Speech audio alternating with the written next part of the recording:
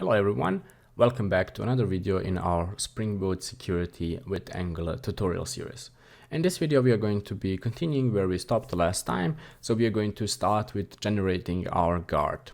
So the guard will help us to verify if we have a session ID or not. So let's generate it really fast. As you can see, it's quite similar to generating the components. We just go ng generate guard authentication. So the authentication is the name of the guard. Hit enter, and this should generate us our guard file. We want to, let's create some methods. Doesn't really matter for now. Let's go to the Visual Studio Code. Let's collapse this one, and let's go to the guard TS. And here you can see there is this can activate method. That's the important part. So let me implement this, and then I will explain you what exactly we did. So here we are. This is our guard that we generated, and it's basically used to tell you if you're allowed to go to a certain page or not. So can you activate that page or not? We have added the router to the constructor so that we can route us to a certain URL.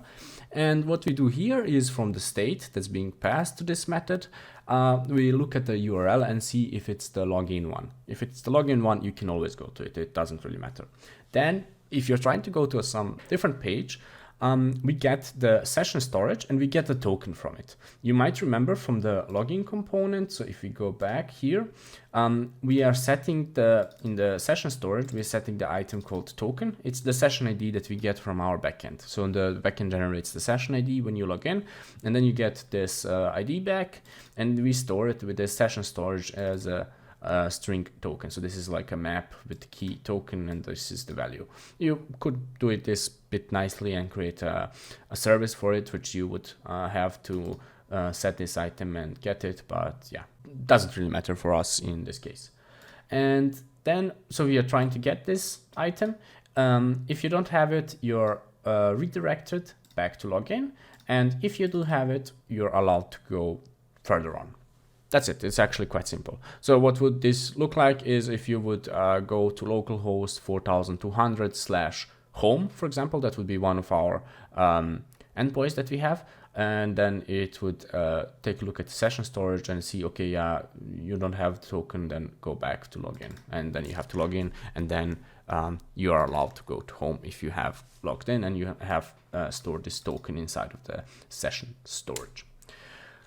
Okay, let's move on to the next one. So the next one is actually some routing. So we want to change some routes. So if we go to the app routing, you can see that we have some routes here, and we want to add some here so that we can navigate through them.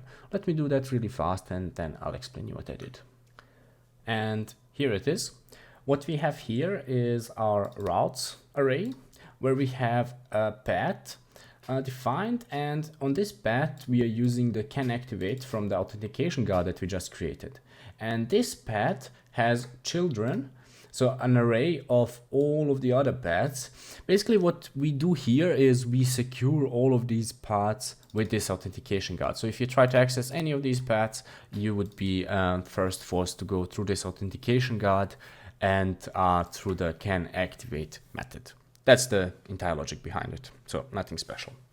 Okay, now that we are done with the routing, we want to take a look at the request interceptor. So this is something that, again, we can generate with this fancy command. So you can generate the interceptor. And what we are going to do here is, if you remember from our backend, if you make a request without this session ID, if it's not in the authorization header, it just doesn't authorize you. It can't find the ID. So just here we are, for example, we are going to the authentication guard, can activate, we return true, okay, you have a token. And if you go to the, for example, in the home component, if you would make some request, you don't have any authentication set. There is nothing in the header, so the request would be rejected by the backend. So we need to fix this. We need to set this authentication session ID basically inside of our header, and forward it to the backend. So let's go here. Let's generate this one really fast, and let me then show you what it does. So I named it, so it's ng generate interceptor request. I named it request. So then it will have a name request interceptor. It's actually quite nice. So if we go back to our Visual Studio and we collapse all of this, we should be able to see this one. And here we have it. So we have the request interceptor, which implements the HTTP interceptor and intercepts a request, and there is some handlers and stuff like that. And by default, this is not used, so you have to add to the provider. And here it is. We have added our provider, so it's an HTTP interceptor, and we're using this class, and that's it. So nothing special. So we can close this. Go to the request interceptor, and then we want to implement this method. Basically what we want to do is we want to check the session storage, see if there is a session ID stored there. If yes, add it to the header. If not, then just don't add it. So let's implement that really fast. So here it is. We are taking the token from the session storage, checking if it's there, and then adding it as an authorization header to the request, and then just making the request. If it's not there, we won't add it.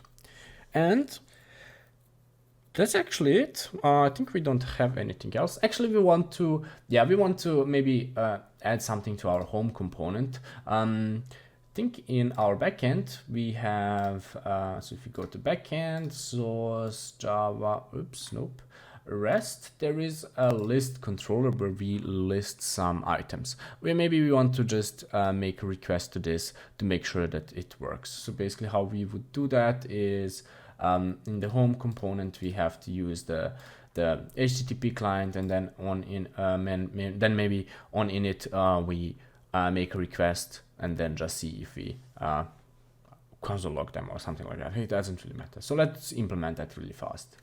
So here it is, nothing special. We are making a GET request on /API/list, and we are subscribing to response. And if we have it, we log it. Otherwise, we just show an alert. So nothing special.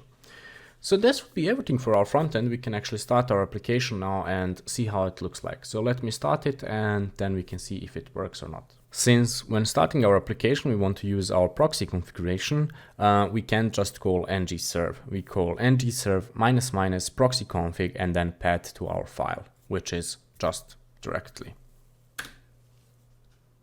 As you can see, my application has started, which is nice. But before you start yours, you should go to the login component and change this username from the uppercase N to the lowercase n. So that was a mistake that we made. The property in our backend is expecting the lowercase. Okay, now that we have started that, let's go to our browser and let's go to the localhost 4200.